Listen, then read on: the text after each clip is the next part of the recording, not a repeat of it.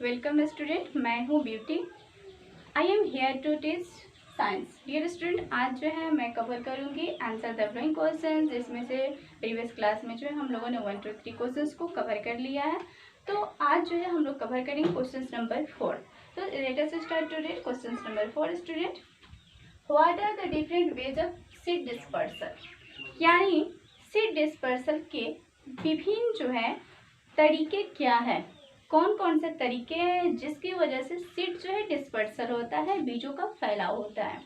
Dear student, there are many ways of seed dispersal, यानी बहुत से ऐसे तरीके हैं, बहुत से ऐसे रास्ते हैं जिसकी वजह से सीड डिस्पर्सल होता है। तो सबसे पहला जो है विंड, दैट मीन्स हवा। तो हवा से कैसे सीड डिस्पर्सल होता है उसको हम समझेंगे, उसको पढ़ेंगे। Seed like madar, cotton and maples having hair, यानी कुछ ऐसे सीड्स होते हैं जैसे कि कॉटन्स हो गया, कॉटन जो ट्री होता है, कॉटन प्लांट्स, उसकी जो सीड होते हैं, उसके जो फ्लावर्स होते हैं वो बहुत ही लाइट होते हैं, बहुत ही हल्के होते हैं, और वो they are easily blown away in the wind reach far off places, और वो जो है इतना हल्का होता है कि जो आसानी से एक जगह से दूसरी जगह जो है वो रिप्लेसमेंट कर जाते हैं, यानी हवा के थ्रू जो है एक जगह से दूसरी जगह चले जाते हैं।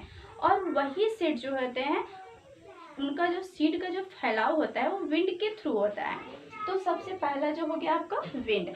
तो सेकेंड हम देखेंगे कि वाटर, यानी वाटर जो है सीड को डिस्पर्सल कैसे करता है उसके बारे में समझेंगे। तो lotus can travel for 100 miles in the sea and is other country where they may germinate and grow, यानी लोटस जो है एक ऐसा प्लांट है जो वाटर में रहता है। यानी वाटर प्लांट बहुत से ऐसे होते हैं जिनका जर्मिनेशन जो होता है वो पानी के थ्रू होता है, यानी जब पानी का जो ब्लॉन होता है, जब पानी का बहाव होता है, तो एक लोटस का जो सर्प्स होते हैं, जो उसके बीज होते हैं, वो फैलकर 100 करोड़ जो है माइल्स, यानी देखो बहुत से दूर हो जा सकते हैं, यानी कि 100 जो है माइल्स, यानी सैकड़ों जो है माइल्स जो है वो दूर जाते हैं और जाकर के अपना जर्मिनेट करते हैं, यानी उसका जो सीड है अदर कंट्री में भी पहुंच करके जो समुद्र होता है उसमें जाकर के वो जर्मिनेट करता है, और वहाँ पे लोटस प्लांट जो है वो ग्रो कर जाता है। यानी पानी के थ्रू से भी ये जो है सीड डिस्पर्सल हो सकता है, पानी के बहाव से। थर्ड नंबर है एनिमल्स। डियर स्टूडेंट, आप समझेंगे कि एनिमल जो है सीड डिस्पर्सल का जो है वे जो है कैसे है उसके बारे में समझेंगे। तो animals and human being other agent of dispersal, यानी अब देखिए जानवर और मनुष्य भी जो है नेक्स्ट जो है एजेंट हो सकता है या है।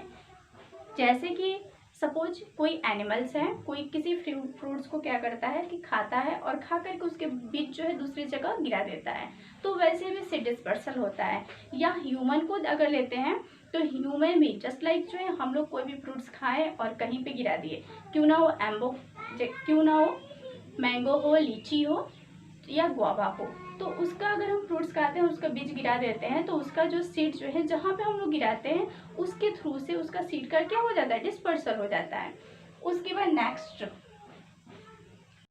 उसके बाद जो है लास्ट जो है तरीका डिस्पर्सल ऑफ सीड का, तो है एक्सप्लोजन। एक्सप्लोजन दैट मीन्स विस्फोट होना। तो एक्सप्लोजन क्या ऐसा वे है, कैसे जो है एक्सप्लोजन के थ्रू जो है सीड का डिस्पर्सल होता है उसको जानेंगे।